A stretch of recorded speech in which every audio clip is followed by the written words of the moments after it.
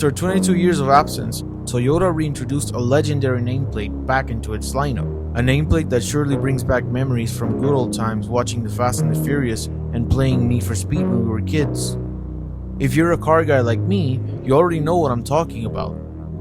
So, let's take a look at this Japanese legend brought to us by Germans.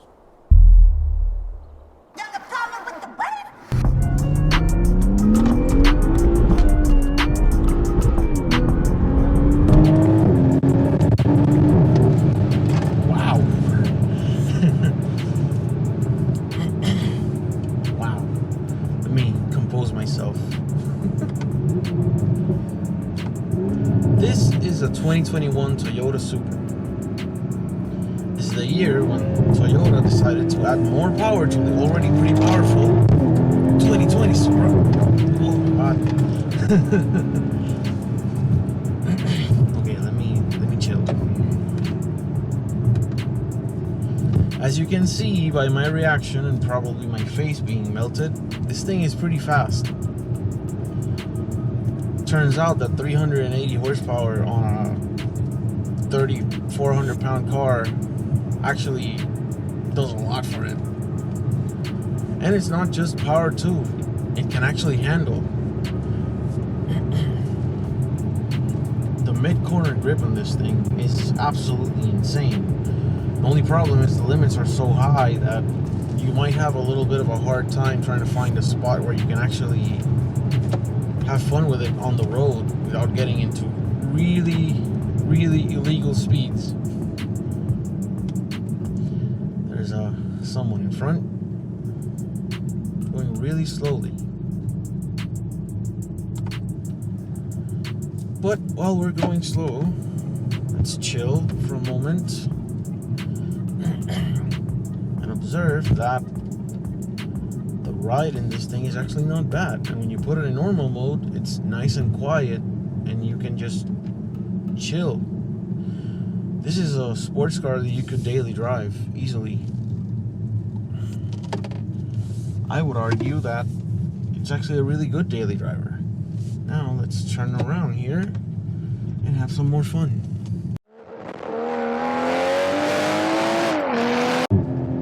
Wow. This thing really pulls. It's rather surprising, and it tells me that BMW or Toyota in this case might actually be lying about the power figures in this car, which they say it has 382, but this feels a little bit more spicy than that.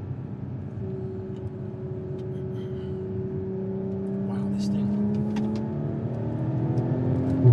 Woo. That transmission tuning is chef's kiss. It's so good. It upshifts when you want it to, downshifts when you want it to. It's pretty immediate. The paddles respond pretty quickly. And honestly, like, I never thought I was gonna be having so much fun in an automatic car, to be honest.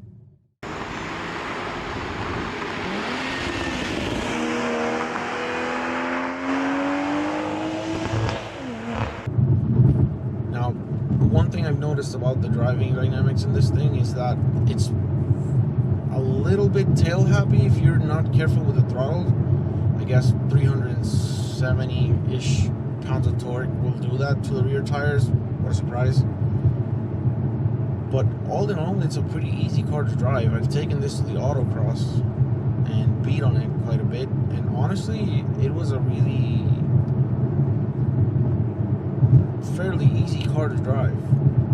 It's not as intimidating as it sounds with all the power and the dynamics. The one thing that it does take some getting used to, at least from me coming from S2000, is that the limits on this thing are very, very high before it breaks loose or starts understeering, so it's a little bit of an adjustment. Also, in performance situations, that transmission tuning starts to be a little bit, I don't want to say lacking, but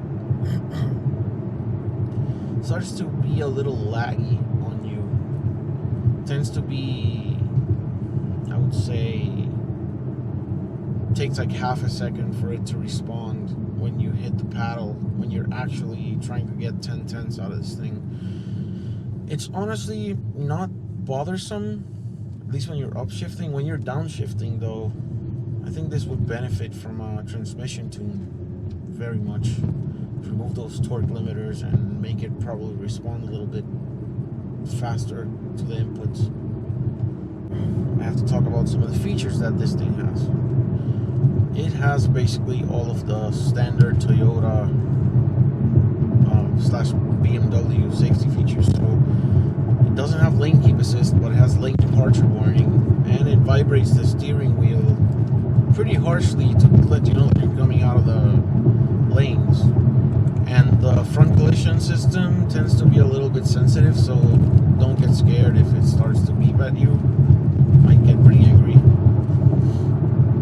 But it also has one of my favorite features in this thing, and that is the adaptive cruise control, which actually goes all the way to 0 miles per hour. So you can do traffic jams in this thing without touching the pedals, which is really, really, really useful when you're daily driving this thing.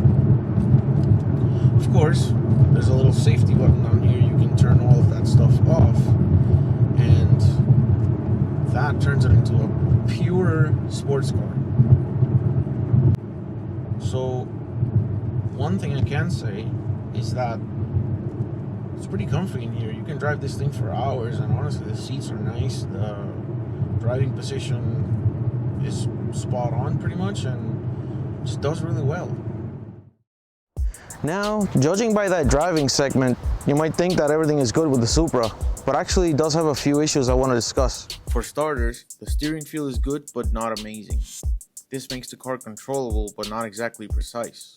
If you put the car in manual mode and turn left really hard, the shifter tends to pop back into automatic mode. That gets really annoying really fast when driving on track. There is no boot latch, so opening the trunk is a little hard. But worse than that is this. If you open the trunk with the button on the inside and close the door, the trunk will relatch, and then you will have to open it again so you can get access. Keep in mind that the Supra doesn't have any kind of button to open the trunk on the rear of the car, so that means walking back to the door or using the button on your key fob. The low roofline means you might need a helmet while getting in, and finally, the wind buffeting. Unless you can get some of these deflectors, you cannot drive with the windows down. Now, these issues might seem small, but it makes me think that Toyota leaned a bit too hard on BMW for the development of this car.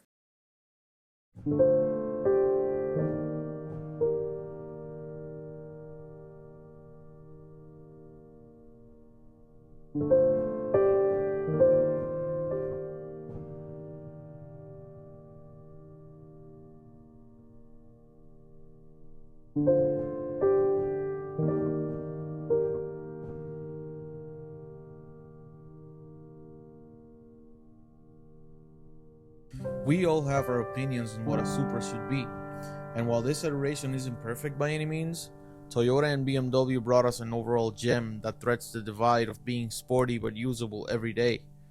If you can get past the small oversights, it brings an experience that's rarely rivaled in today's era of sports cars.